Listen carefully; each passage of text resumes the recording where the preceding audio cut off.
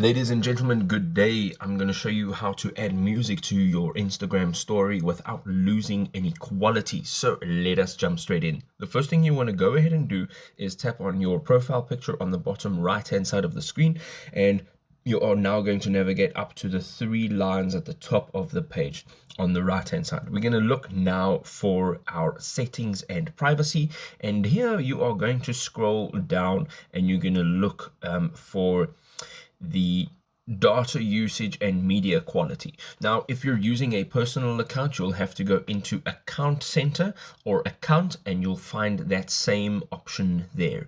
But we're looking for data usage and media quality. Now, the thing is here, we want to make sure that our data saver is off, so that when we are uploading any type of media or we're dealing with any type of media, that it is not trying to save data and compressing the media. So also the media upload quality, it says upload at highest quality. You want to have that checked on, and the data saver you want to have checked off. Right now you can go ahead and create a story, and you can just tap on the plus button on the bottom of your screen, go over to story, and now when you add music, you can go ahead and add high quality music.